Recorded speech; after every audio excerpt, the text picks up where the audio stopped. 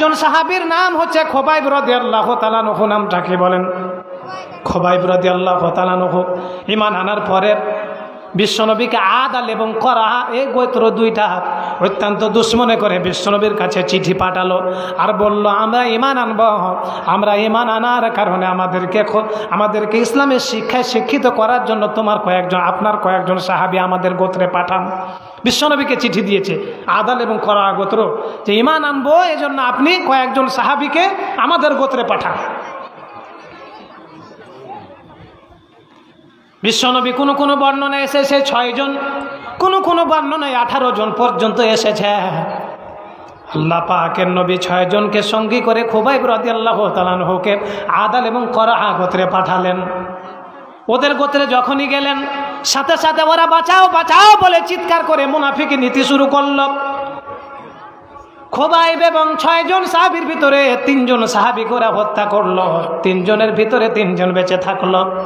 তার ভিতরে আরেকজনকে মেরে ফেলে খোবাইব এবং খোবাইবের সাথে আরেকজন সাহাবী ছিল, ওই 2 জন সাহাবীকে নিয়ে ওরা মুনাফিক, ওরা কাফের উতবার হাতে তুলে দিলেন। উতবার হাতে কাফেরদের হাতে তুলে দিলেন।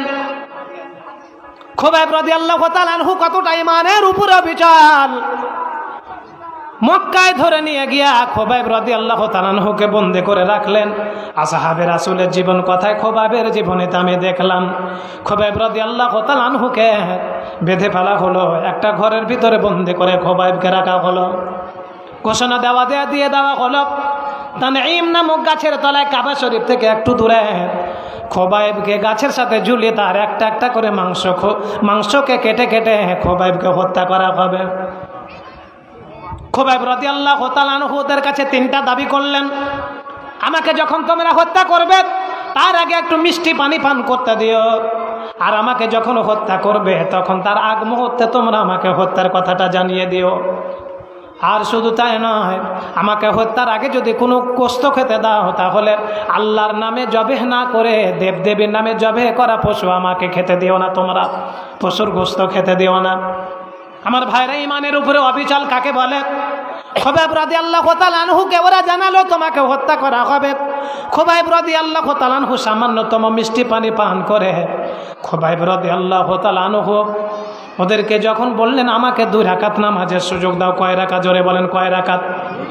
2 রাকাত নামাজের সুযোগ দাও।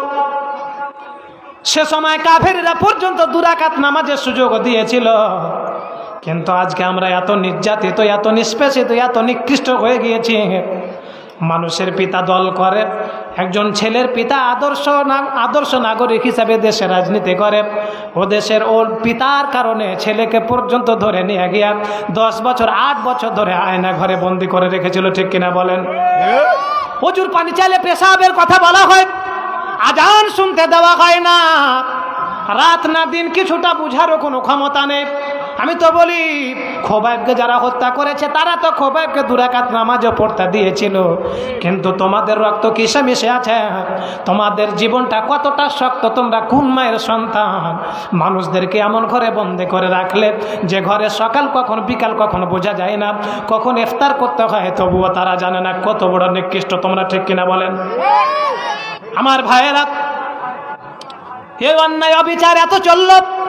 দোয়া যদি করতেন, দোয়া তো 15 বছর ধরে করলাম।